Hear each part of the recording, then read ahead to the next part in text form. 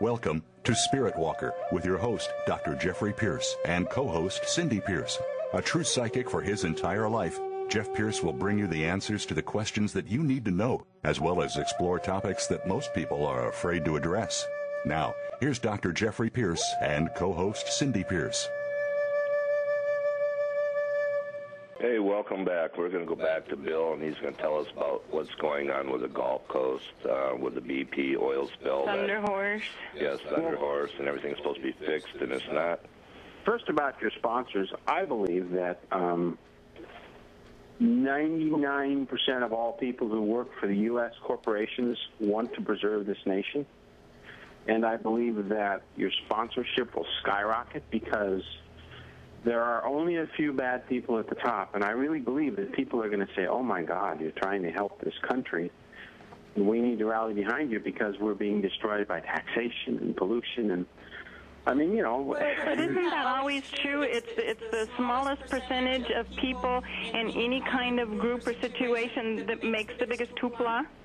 Yeah, I honestly don't think that most of the vice presidents at Boeing or most of the vice presidents at American Airlines or Monsanto or DuPont want the destruction of this country. I mean, I've known a lot of them. Not that I have any money. I've spent about $100 a week for 2 years doing this, but it's just I've known them. We've gone to prayer breakfast. They don't want this country destroyed. And when they hear what we're trying to do, I really think they're going to say, you know, we don't want FEMA camps. We don't want our children eating human brains. We don't want Minnesota to have minus 20-degree weather for 3 weeks. It hurts the bottom line. I think that most people on this planet, and especially those in private industry, are so, I mean, I really feel that there's going to be a lot of people rallying behind shows like this because they're not going to be able to not to. Well, and that's the thing. People have to know that there's somewhere they can go to make a difference. Well, let's take a small gas station. Half their money's going to the government. Half. In fees, regulations. Gas has gone up $1 since Obama took office. Oil has gone from 60 to 90. People are saying, what are our children and grandchildren going to do? Well, as the oil goes up, your plastic's going to go up, your Tupperware, everything. Plastic comes from oil. Nobody wants. You know, we've got an $8 trillion economy with $6 trillion, an additional $6 trillion in government spending. It's going to catch up. Something's going to happen, and the people who work for the American, you're right. These people who work for private industry don't want to see their companies destroyed. They don't want to see Boeing stopping the production of the 787.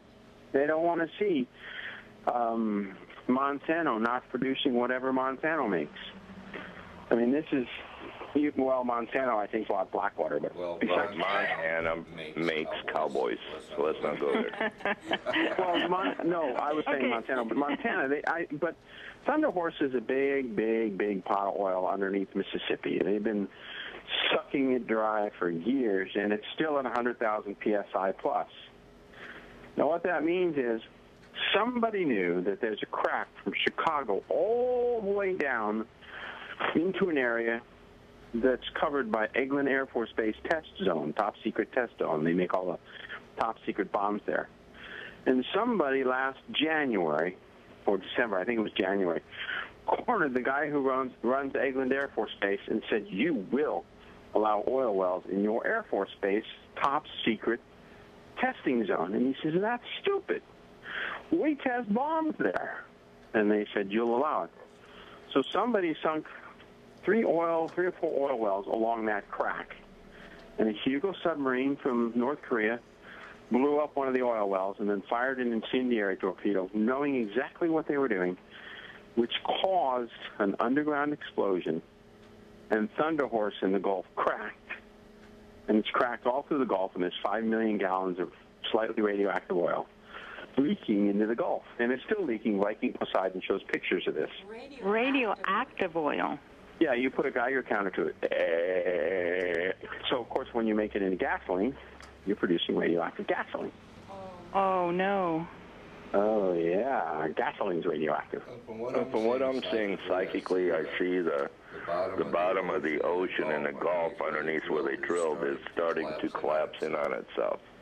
Yes, and if like when you're wearing a shirt, you have the two top buttons buttoned and the rest of the shirt's hanging loose. Right. Well, if those two top buttons go, which is Chicago area, then the whole Mississippi is going to crack, and that huge, huge, huge pot of methane gas going to blast into the atmosphere, and 2 or 3 trillion gallons of oil, which the government tells us isn't there, is going to cause a tidal wave from Austin all the way down across to South Carolina and probably kill most of the southern states. Now, remember, the southern states are the conservative Christian belt. This is who they want dead.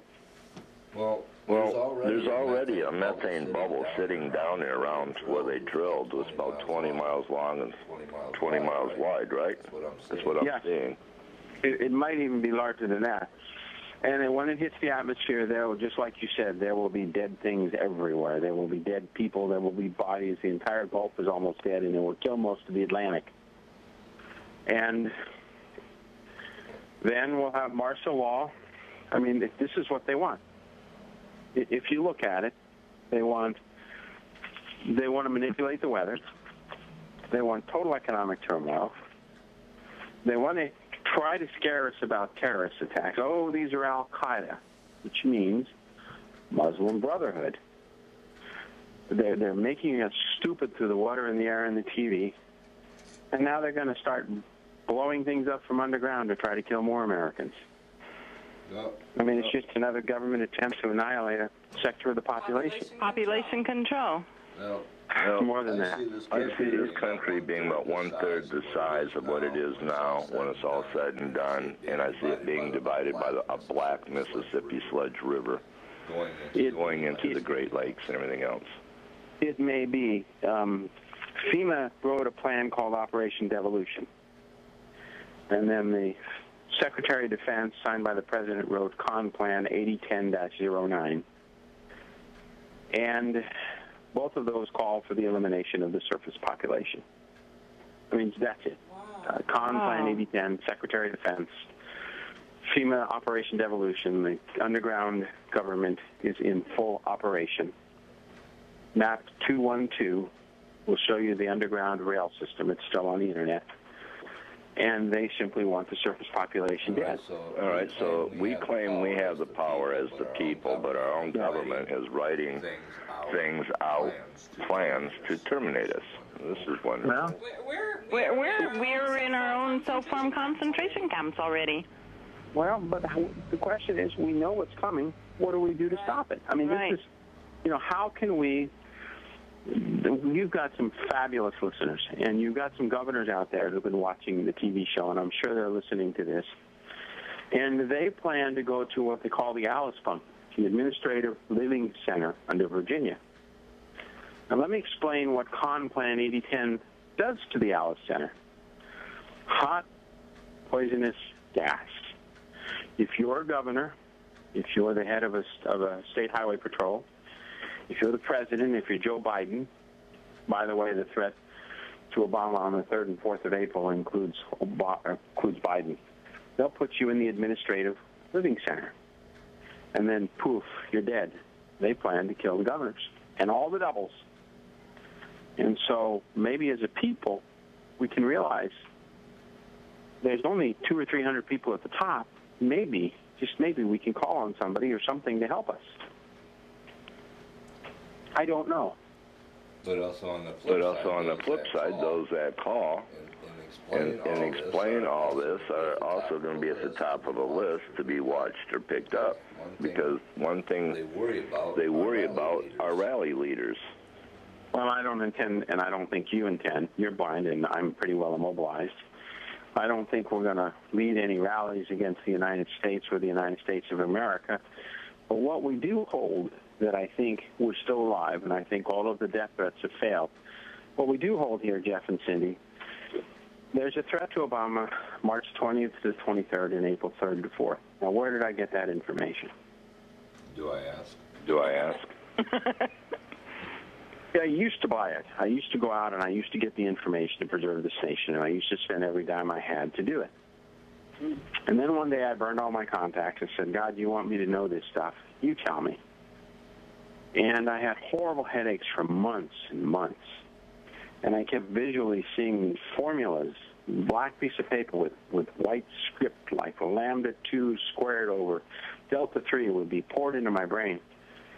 My brain was changed, and I can reach out and look for the threats. And I don't think there's many people like us. And I don't think they want to eliminate that early warning device.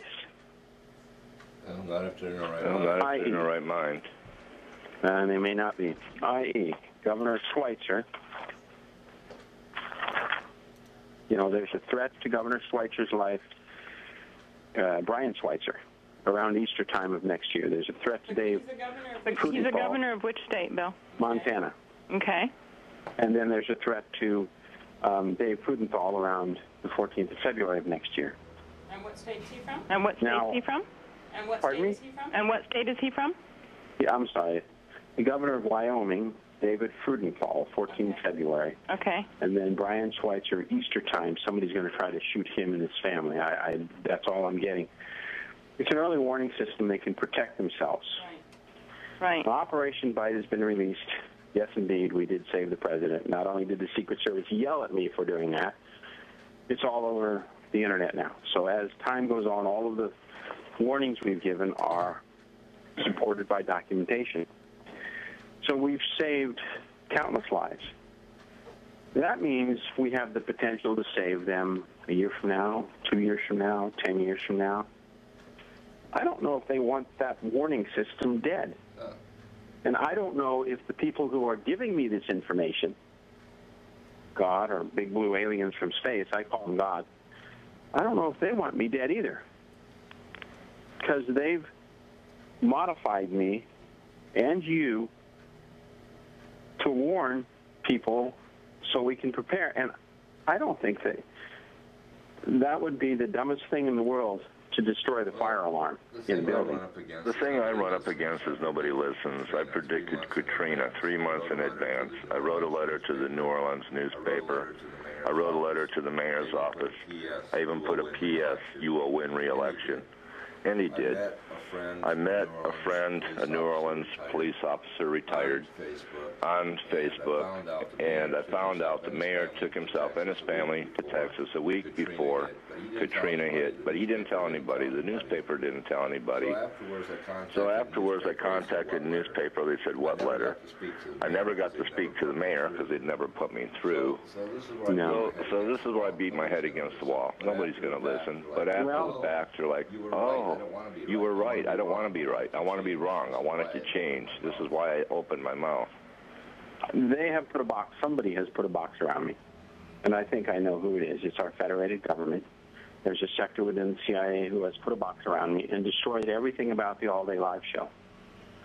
So there's nothing on the Internet anymore about All Day Live. And yet, Democracy Now! Plays with 2 million listeners, and the All Day Live show comes on, and the speed time decreases from 111 or 113 milliseconds to 1,600 milliseconds, which means we have somewhere between 20 and 30 million listeners. And when I say things like, Obama, man up, I hear it on Rush Limbaugh 3 days later. And when I say, you can search the Internet on google.uk or google.ru, I turn on Rush 3 days later and he has an entire show on it.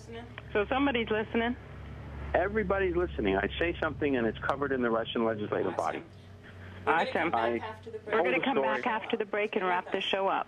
Stay with us.